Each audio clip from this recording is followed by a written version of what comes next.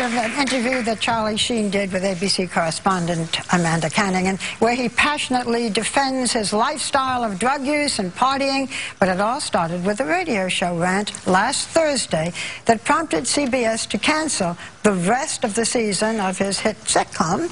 And we just want to share a little bit of the clip, and then you'll meet the man he was talking to. Take a look. Chaim Levine, yeah, that's Chuck's real name, mistook this rock star for his own selfish exit strategy, bro. Check it, Alex. I embarrassed him in front of his children and the world by healing at a pace that his unevolved mind cannot process. Okay, last I checked, Chaim, I've spent, I think, close to the last decade, I don't know, effortlessly and magically converting your tin cans into pure gold. Well, joining now is the radio show host and close friend of Charlie Sheen, the man he was talking to, Alex Jones. Welcome. Thanks for having me. If I could just say one thing, I've known Charlie for about 6.5 years. He's never drunk alcohol, used drugs in front of me. He's been completely clean for almost a decade until about 7 months ago. Now he's come off the drugs and the alcohol, which is almost like, you know, being off your meds. It has the same effect. So he's supercharged. He's angry. He's focused. And I know that when they interviewed him at his house, because I talked to him, they interviewed him for about 2 hours. And that's a little kind of joke that's out of context. He's tired of being judged and him being held up as the ultimate demon in this world. He didn't kill 1 million people in Iraq. He wasn't involved with the takedown of Building 7 here in New York. And he thinks there's bigger devils out there than himself. And Chuck Lorre's put out a whole bunch of these cue cards while having management tell him a month ago, if you speak out against 4 episodes being cut, we're going to fire you. Then he starts putting out all of these. Chuck Lorre? Yes, Chuck Lorre. He starts putting out. The producer. He starts putting out vanity cards, not just on 2.5 Men, but on other shows, saying Charlie Sheen is dead inside and soulless. You didn't show the worst one there, and so Charlie's told, we're tying your hands. Now we're going to beat you up for whatever contract negotiations. Let me ask you. So the question that I have is, so you're saying Chuck Lorre started this? With the vanity card. With the vanity And up front had management, according to Charlie, and I've been there when he's on the phone with his management or his manager comes over. You're talking too fast for me, baby. Slow down. Well, I know we don't have a lot of time. I'm getting on record. Right. They told him, before he said a word, they said, we're doing this, and if you criticize it, you're going to be fired. And he said, why are you telling me this? You know, I'm going through a hard time right now. But he didn't understand it then. I think they're trying to make him quit or something, so they have to pay out his contract or the $100 million in syndication. I think there's some shenanigans going on here. And then they start putting these things out. Then they start putting these vanity cards out, trying to prod him and push him. People with vanity cards are. I don't think people know. Okay, most shows have a logo at the end, you know, like a little dog or the MGM lion.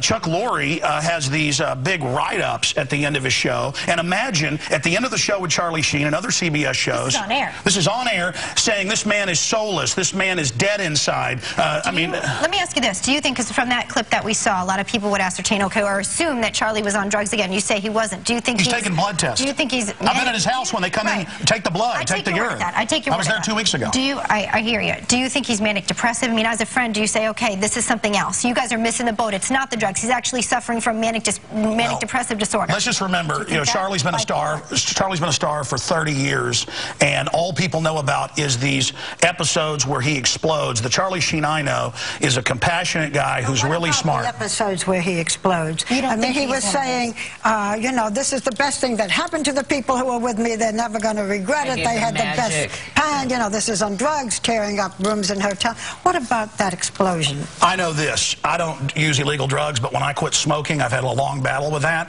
I feel horrible for a week, and about a week later, my wife says, please, just go back to smoking sometimes because I get so manic. And I think we have a similar physiology. A lot of people have that physiology. He was not giving it up at that point. He was on the drugs and booze. Oh, you're talking about the last few months. Do you think there's something underlying here that people are missing as a friend?